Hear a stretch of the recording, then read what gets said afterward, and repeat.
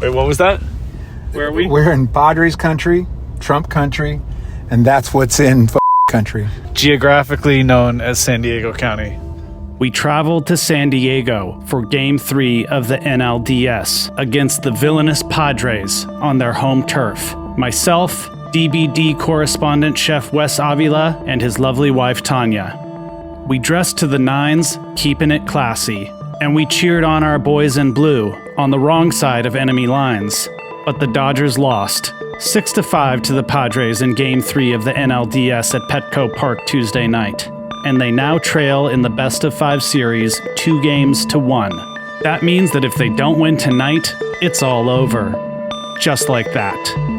If the Dodgers do win tonight, they force a decisive Game 5, which would be played in LA at Dodger Stadium on Friday night. And should they get there if they don't win that one too, once again, it's all over. This is how it goes. We are on the proverbial ropes. Welcome to Dodger Blue Dream, a baseball documentary made in real time. I'm Richard Parks III. This is DBD Daily, our quick turnaround format. So today on the show, I'll try to recap our 6-5 heartbreaking loss, both the good and the bad of it. And then we'll close that chapter, burn some incense, dry our eyes, and move on. And hopefully the next time you hear from me, the Dodgers' hopes are still alive. But tonight's game couldn't be more life or death. It is Wednesday, October 9th, 2024. The Dodgers are planning a bullpen game for Game 4 tonight in San Diego against the Padres' Dylan Cease, who also started Game 1 for the Padres on Saturday at Dodger Stadium, so he'll be pitching on 3 days rest. Let's hope the bats show up and we can get this one done and get back to LA with a hope to advance to the NLCS for the first time since 2021 and avoid being bounced for the third consecutive year in the first round and twice by the Padres. That's what's in. Thanks for listening. If you've listened to our recent episodes, you know something about the general context for these two baseball teams who are in the period of a burgeoning rivalry that is peaking with this hard-fought series. Perhaps you also know that Orange County is the politically conservative stronghold of coastal California. San Diego is a town with a strong military presence, and Petco Park, nestled amongst a cluster of high-rises near the harbor, is a thumping, vibrant, Roman Colosseum-type atmosphere. Entering the belly of the beast. You enter Petco at sea level, but quickly, via a series of escalators, you ascend straight up. It does feel like you're going up, like into a fortress on a hill, kind of. It's very dramatic. The perfect setting for the theatrics of Manny Machado, Fernando Tatis Jr., and the rest of the villainous Padres. All right, we are inside the Petco. The first sign I noticed: Dodgers, welcome to a stadium that doesn't smell like pee. The second one read, LA. Intimidating is an understatement. We needed to punch first. Mookie Betts hooks a fly ball down the left field line. Profar back, he's at the wall, in the same spot as last game. Different result. Nearly an instant replay, Profar and Betts coming together at the wall. Oh my goodness. He figured that he got it again. Mookie homer.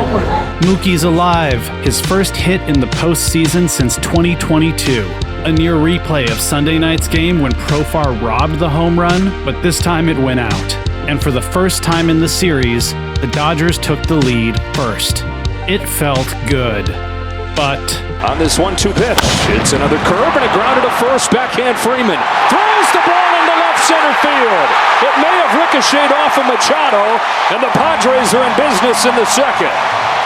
Yeah, that's exactly what happened. Freddie made a great play, but because things unraveled very quickly after that. Buehler was looking good, but he gave up 6 runs in the bottom of the second. They were all earned runs, although it didn't feel like it. It all started, of course, with Manny Machado, who was on first base when Jackson Merrill hit a grounder to the right side of the infield. Freddie Freeman made a diving stop and threw to second to try to get the lead runner. And just as he did, Manny leapt forward off the infield dirt and onto the grass on his way to second base, putting his broad shoulders squarely in front of the mitt of Miguel Rojas, who was waiting at second base for the throw. The ball glanced off his back and into the outfield. It's exactly what Manny wanted. Well, Machado then did step inside the baseline a little bit. Good base running for Manny Machado. Manny made it safely to third, and on a ground ball that otherwise would have been at least one out, Jackson Merrill made it to first. With nobody out, an infield ground ball off the bat of Xander Bogaerts easily scored Manny, and the game was tied at 1-1 just like that. Now, was it good base running or was it illegal? Is the topic of some debate. It's not a black and white situation, but in any case, it's moot because it is not a play that you can challenge or review. Because the second base umpire was looking at the play at the bag, he didn't make a call about Manny jumping out of the base running line that he had established. You can't challenge it, you can't review it, so Manny wins. Manny ran in front of the ball. I know, well, that's what started it. Is that legal? He ran on the grass to block It's it. Manny legal. Like, I think that'd be like interference. Like the ball he chucked towards the Dodgers dugout on Sunday night, or the way that he implies things in post-game interviews without explicitly saying them, igniting the ire of members of the Dodgers organization. This was a classic Manny Machado troll. Except it came in the form of actual baseball playing that had immeasurable consequences on this game and potentially this entire series. This was the beginning of a 6-run rally in the bottom of the second inning that literally decided the game. Bouncing ball towards the middle. Run will come in from third. Throw over to first and they get none. Everybody's safe and the game is tied. Miguel Rojas, who is usually so incredible at shortstop, tried to turn 2 on his own, but instead got none. Ground ball down the line and a fair ball for Peralta. A double up the line that was just fair. Cronenworth punches a bouncing ball. Another weird play on the infield that resulted in a single, Drilled in the a sac fly, and then on an 0-2 pitch, a missile. Fernando Tatis Jr. electric.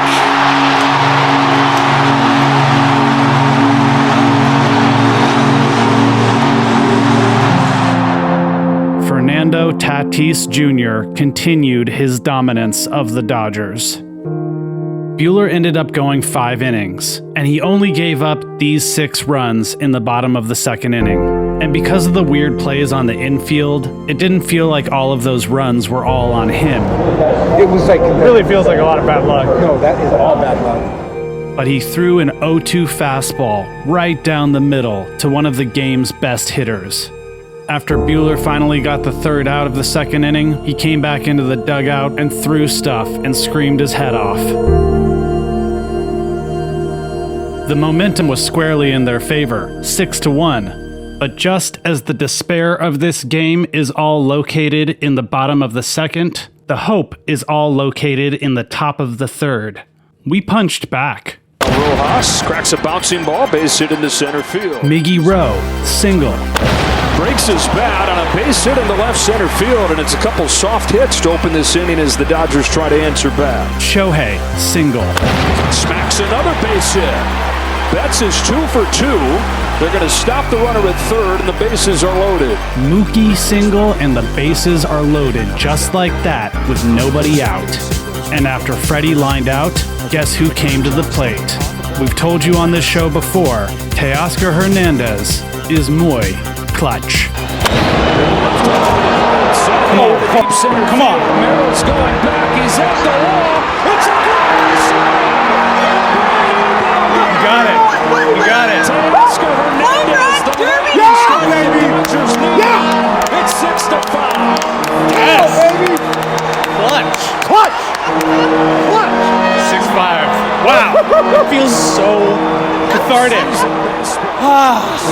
No bad luck. I feel like I hit 113. Teo's clutch grand slam brought us within a run.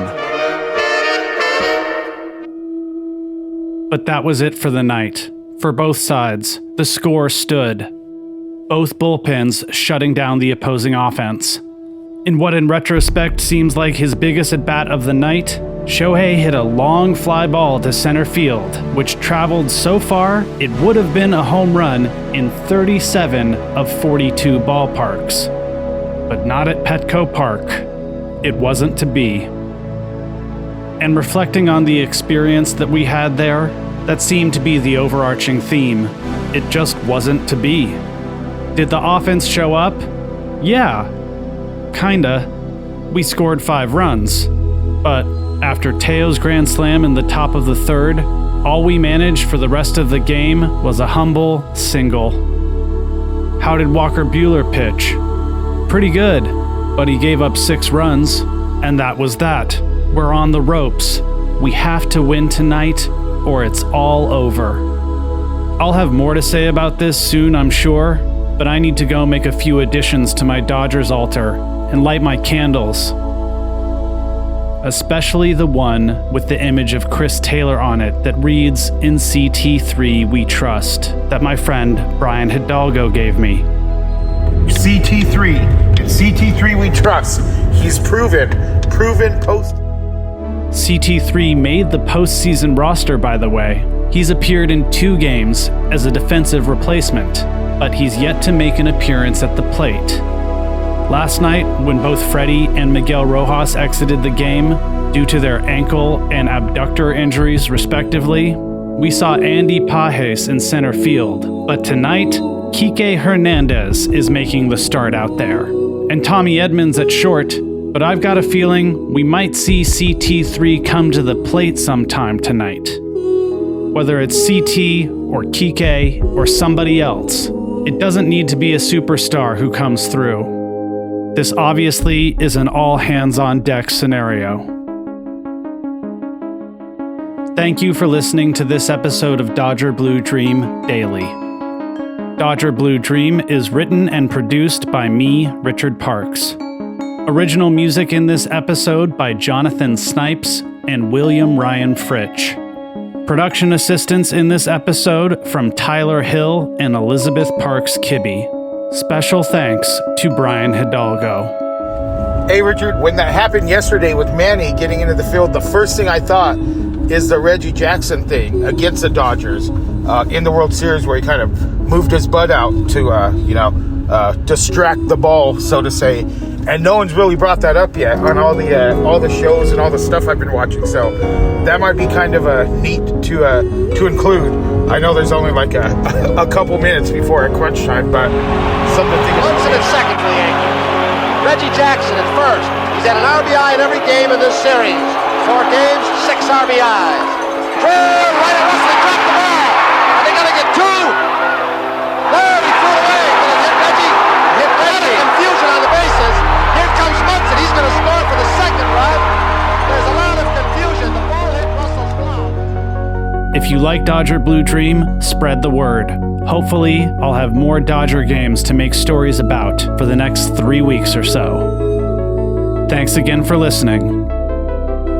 Go Dodgers.